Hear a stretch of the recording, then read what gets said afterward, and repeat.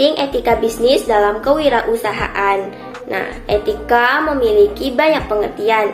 Seperti yang pertama, etika adalah norma moral pegangan dalam tingkah laku.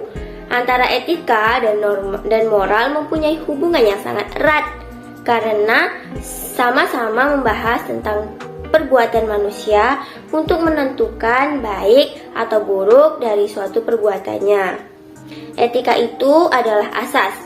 Asas yang dimaksud adalah nilai yang berkenaan dengan akhlak atau sopan santun.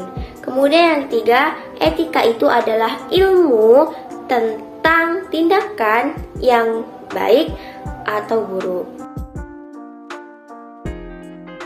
Tujuan etika dalam kegiatan kewirausahaan, yaitu yang pertama ada meningkatkan reputasi perusahaan. Kemudian yang kedua, perusahaan jadi lebih terpercaya, memiliki kepercayaan dari usaha lain dan juga masyarakat.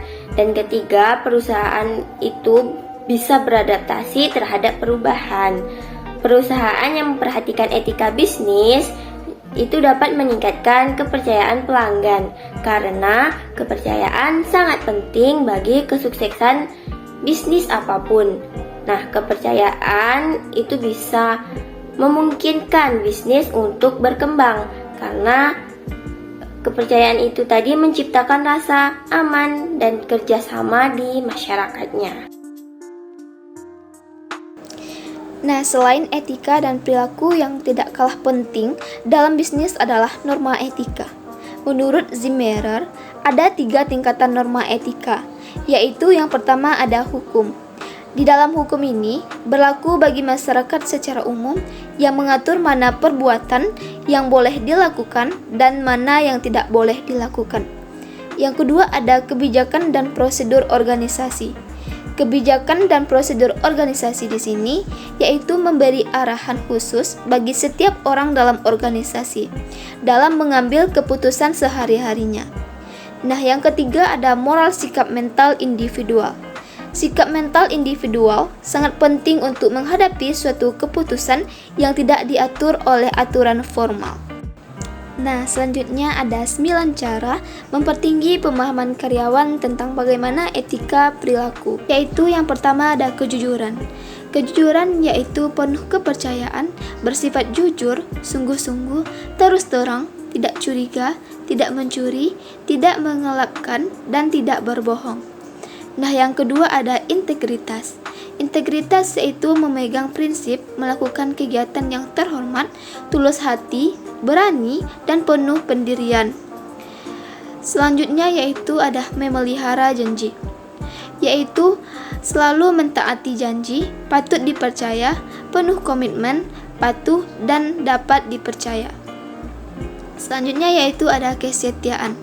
Kesetiaan di sini maksudnya yaitu hormat dan loyal kepada keluarga, teman, karyawan, dan negara. 5. Kewajaran dan keadilan, yaitu berlaku adil dan berbudi luhur, bersedia untuk mengakui kesalahan, dan memperlihatkan komitmen keadilan. Persamaan perilaku individual dan toleran terhadap perbedaan. Nah, yang keenam, suka membantu orang lain, yaitu saling membantu, berbaik hati, balas kasihan, tolong-menolong, kebersamaan, dan menghindari segala sesuatu yang membahayakan orang lain. Nah, yang ketujuh yaitu hormat kepada orang lain. Maksudnya di sini yaitu menghormati martabat manusia, menghormati kebebasan dan hak untuk menentukan nasib sendiri untuk semua orang. Yang ke-8 yaitu kewarganegaraan yang bertanggung jawab. Maksudnya di sini yaitu selalu menaati hukum atau aturan, penuh kesadaran sosial, menghormati proses demokrasi dalam mengambil keputusan. Nah, yang terakhir yaitu mengejar keunggulan, yaitu mengejar keunggulan dalam segala hal, baik dalam pertemuan personal maupun pertanggungjawab profesional. Selanjutnya adalah cara mempertahankan standar etika dalam kewirausahaan. Jadi, pihak pengelola perusahaan atau manajer perusahaan dapat mempertahankan standar etika dengan beberapa cara sebagai berikut. Yang pertama yakni menciptakan kepercayaan perusahaan. Maksudnya adalah pengusaha menciptakan norma atau kepercayaan yang merupakan nilai dasar perusahaan dan juga merupakan tanggung jawab etikanya terhadap pihak yang berkepentingan.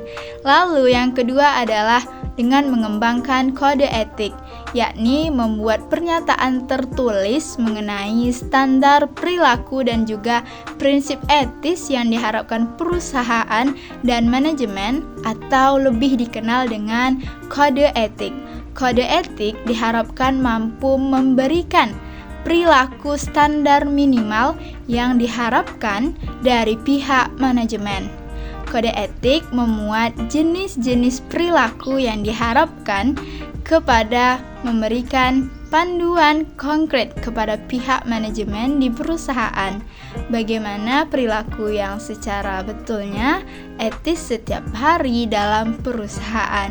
Selanjutnya yang ketiga, yakni menjalankan kode etik secara konsisten. Maksudnya adalah pihak manajemen harus menjalankan perilaku etis juga setiap hari dan wajib memberikan hukuman apabila ada yang melanggar kode etik tersebut. Yang keempat, yakni memperkerjakan orang yang tepat. Jadi kita memilih orang yang tepat yang sesuai dengan kita. Perilaku etis yang diharapkan tergantung perseorangan. Lalu memperkerjakan orang dengan prinsip dan komitmen yang kuat serta nilai moral yang tinggi akan membantu pencapaian perilaku yang etis tadi. Lanjut yang kelima, yakni adakan pelatihan etika. Maksudnya adalah membangun dan mempertahankan standar etika memerlukan kerja keras dan waktu yang cukup. Cara yang dapat kita lakukan atau perusahaan lakukan adalah untuk mempercepat pemahaman atau juga pelaksanaan dan mempertahankan standar etika adalah dengan melakukan pelatihan etika. Yang keenam adalah lakukan audit etika secara periodik. Selanjutnya yakni yang keenam, lakukan audit etika secara periodik. Maksudnya melakukan penilaian secara periodik terhadap pelaksanaan etika di dalam perusahaan. Ada kalanya kadang perusahaan itu begitu cepat di dunia usaha membutuhkan tambahan perilaku etika baru sehingga dalam melakukan penilaian setiap waktu dapat meningkatkan perilaku etika secara berkelanjutan. Yang ketujuh, yakni mempertahankan standar yang tinggi tentang tingkah laku etis. Jadi jangan hanya aturan saja. Yang kedelapan, yakni pemimpin harus memberikan contoh juga, yakni perilaku etis setiap saat sehingga dapat menjadi penunjang atau tolak ukur perilaku bawahannya. Yang kesembilan, yakni menciptakan budaya yang menekankan komunikasi dua arah. Jadi, karyawan diberikan kesempatan untuk memberikan respon, tanggapan, ataupun melaporkan kepada atasan terhadap pelanggaran perilaku yang tidak etis. Yang ke-10, yakni melibatkan karyawan dalam mempertahankan standar etika. Bawahan dilibatkan dalam perancangan dan juga implementasi etika dalam perusahaan. Terakhir, yang ke-11 adalah perbuatan bisnis adalah suatu kegiatan manusia yang dalam memproduksinya ataupun mendistribusikan barang dan jasa itu memenuhi kebutuhan dan keinginan masyarakat termasuk ke dalam kegiatan ibadah dalam Islam. Itulah dia etika dalam kewirausahaan.